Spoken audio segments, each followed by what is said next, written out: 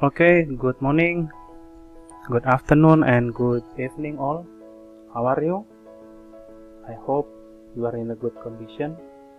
You are fine to learn psycholinguistic for this time.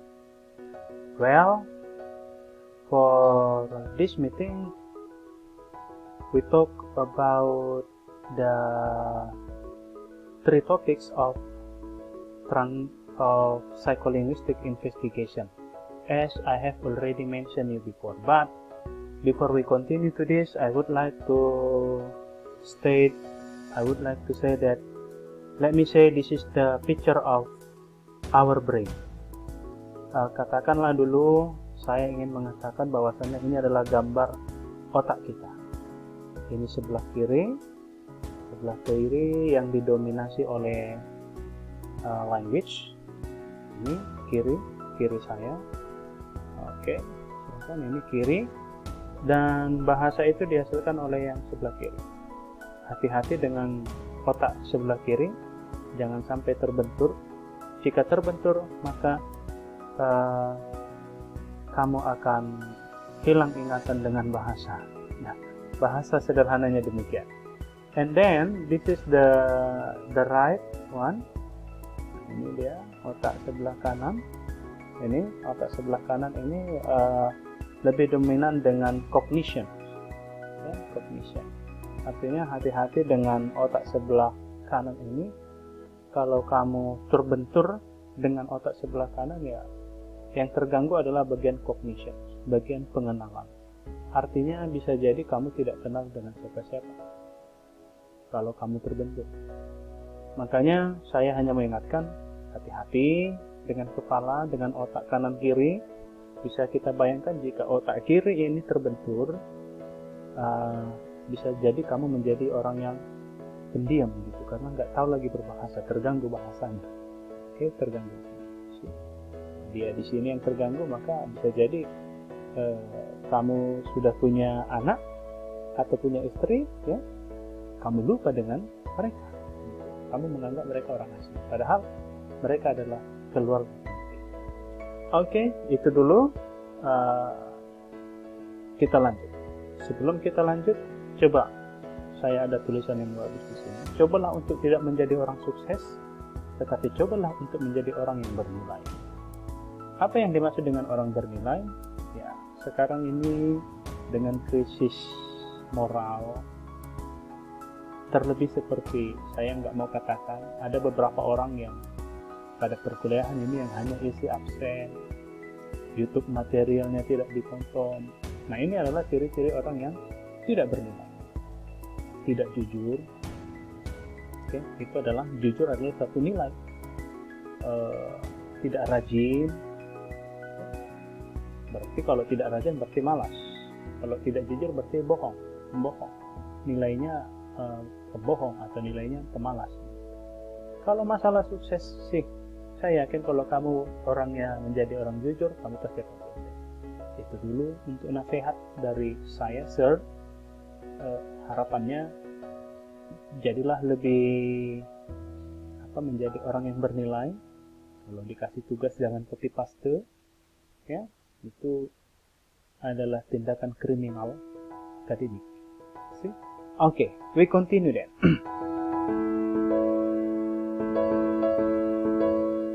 I hope you still remember with this. Last meeting, we talked about three primary processes investigated in psychology. Check again, watch again. There are three primary processes. There are three primary topics that we need to investigate in this psycholinguistics. Okay. One, language comprehension, language production, and then the last, language acquisition. What are they? Let's see the first, language comprehension. In Indonesia, dalam bahasa Indonesia ini bisa diterjemahkan menjadi memahami bahasa. Dalam memahami bahasa ini, kalau bahasa itu disampaikan oleh pimpinan, atau orang yang lebih pintar, atau orang yang lebih berwawasan, kalau orang yang lebih tua, pasti tentu dalam hal memahami ini berbeda dengan orang yang sebaya. Itu dia. Dalam memahami bahasa.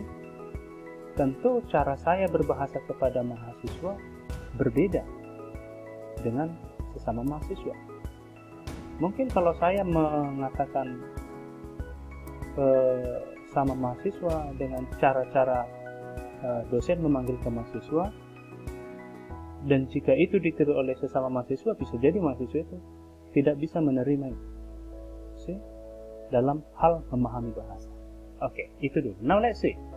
Understanding what other people say and write. Language comprehension. Tentu kalau pacarnya yang me-WA atau meng-SMS atau menelepon bahasa yang tertentu, dia memahami itu. Tetapi jika orang lain yang me-WA atau menelepon dengan cara-cara pacarnya mengucapkan begitu, tentu pemahamannya juga semakin berbeda. Mungkin kata sayang, jika itu disampaikan oleh teman dekatmu, itu akan berbeda maknanya dengan jika itu disampaikan oleh, kalau kamu punya pacar, kata sayang. Kata sayang jika disampaikan oleh orang tua kepada kamu sebagai anak atau putrinya, tentu maknanya berbeda. So it is a language comprehension. You need to remember that. Okay. Understanding what other people say and write is more complicated than it might at first appear. Comprehending language involves a variety of capacities, skills, processes, knowledge, and disposition that are used to derive meaning from spoken, written, and sign language. Itu dia. Hal ini yang seperti yang saya jelaskan tadi. Beda pemahamannya jika bahasa itu disampaikan oleh orang-orang tertentu. Comprehension is mainly thought to occur in the rectal area of the brain which is located in the left temporal lobe. Jadi pemahaman, kita memahami bahasa itu, sebenarnya itu sedang diproses pada otak, brain, yang posisinya pada left temporal lobe. Ya, di sini left temporal lobe. Sebentar saya akan tunjukkan gambarnya. You can see this picture. It is a picture of brain, and then with the function here, brain function, and there are 5 lobes, from parietal lobe, frontal lobe, temporal lobes, cerebellum, and then oscopital lobe. So temporal lobes, as the explanation before this, temporal lobe. Okay, the temporal lobe's function, it is for audition, memory, processing, sensory integration. So temporal lobe function is this. Okay, so in order to comprehend the language, we need to process. Jadi pada proses yang dilakukan oleh temporal lobe, nah disinilah kita memahami bahasa itu. Language comprehension. Jika memahami bahasa itu yang salah, maka temporal lobe-nya yang perlu diperiksa, atau mungkin ada yang salah di temporal lobe-nya. Oke, jadi hati-hati dengan otaknya, dijagalah. Kalau naik sepeda motor, ingat menggunakan helm. Kalaupun terjadi kecelakaan, mudah-mudahan masih bisa diselamatkan, terkhusus pada bagian otak. Oke. Language comprehension is complex process that occur easily and effortless by humans. Ya, ini dia. Pemahaman bahasa itu sangat kompleks. And then it develops along with the brain and it's able to enhance with the use of gesture. Jadi katanya pertumbuhan temporal lobe itu sangat mempengaruhi ke pemahaman kita dalam berbahasa, dalam memahami bahasa. Jikalau temporal lobes-nya terganggu, maka si orang tersebut akan mengalami kesulitan dalam memahami bahasa. Jadi kalau kamu saya harap tidak ada yang mengalami seperti ini, yang terganggu temporal lobes ya. Kalau orang yang temporal lobes-nya normal ya, tentu dia akan mudah memahami bahasa. Kalau disuruh dalam artinya suruh kerjakan tugas ya, maka dia akan kerjakan. Kalau si dosen menyuruh, ya silakan kerjakan tugasnya dan dikumpul tanggal sekian, dan sementara kamu tidak memahaminya, berarti yang perlu diperiksa itu temporal. Oke, saya harap semuanya bagus-bagus, sehat-sehat lah temporal. Jauh-jauh lah itu dari kerusakan temporal. Though it is unknown exactly how early comprehension is fully developed in children, gestures are undoubtedly useful for understanding the language around us. Ya, kita sampai saat ini belum ada penelitian yang mampu menjelaskan terkait ke pertumbuhan temporal lobe. Sekali lagi, ini dia temporal lobe-nya yang warna hijau. Nah ini, jadi jika temporal lobe ini terganggu, baik di dalam pertumbuhan, ketika masih anak-anak juga, jika ini terganggu, maka si anak tersebut atau si orang tersebut, siapapun itu, jikalau ini terganggu dalam memahami bahasa, dia akan kesulitan. Sulit memahami bahasa, sulit fungsi daripada temporal lobe terganggu. Contoh, jika ada dosen menjelaskan secara detail, jelas, seluruh mahasiswa paham, tetapi ada satu mahasiswa yang tidak paham, tidak memahami. Dia bertanya kepada temannya baru bisa paham, dia tanya kepada temannya sampai 5 kali baru paham. Nah ini kemungkinan ketika masih anak-anak temporal lobe terganggu. Oke. Saya harap tidak ada yang seperti itu di sini, semuanya sehat-sehat. The second topic for investigation is language production. Language production itu adalah bahasa yang dihasilkan ya. Language production is the production of spoken or written. Jadi production itu bisa dalam bentuk spoken dan written. It describes all the stages between having a concept and translating the concept into linguistic form.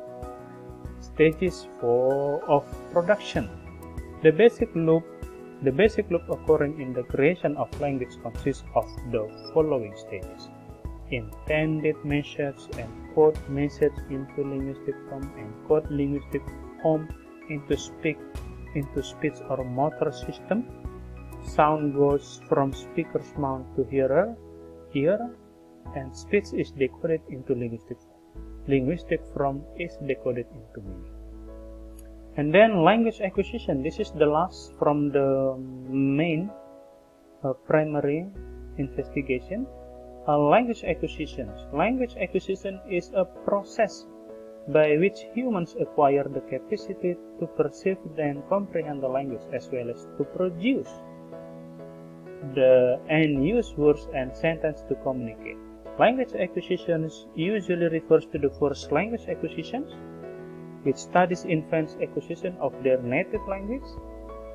This is distinguished from second language, jadi berbeda bahasa pertama dan bahasa kedua. This acquisition which deals with acquisitions in both children and adults of additional language. Language acquisition is just one strand of psycholinguistics, which is all about how people learn to speak and mental processes involved. Jadi jelas di sini bagaimana bahasa kedua itu dipelajari, bagaimana additional language dipelajari, bagaimana foreign language dipelajari, tentu erat hubungannya dengan menguasai bahasa pertama. Oke, saya harap demikian, dan silakan dibaca literatur-literatur yang lain yang berkaitan dengan ini, dan untuk kedepannya kita akan diskusikan topik ini lebih dalam lagi. Goodbye, see you next time.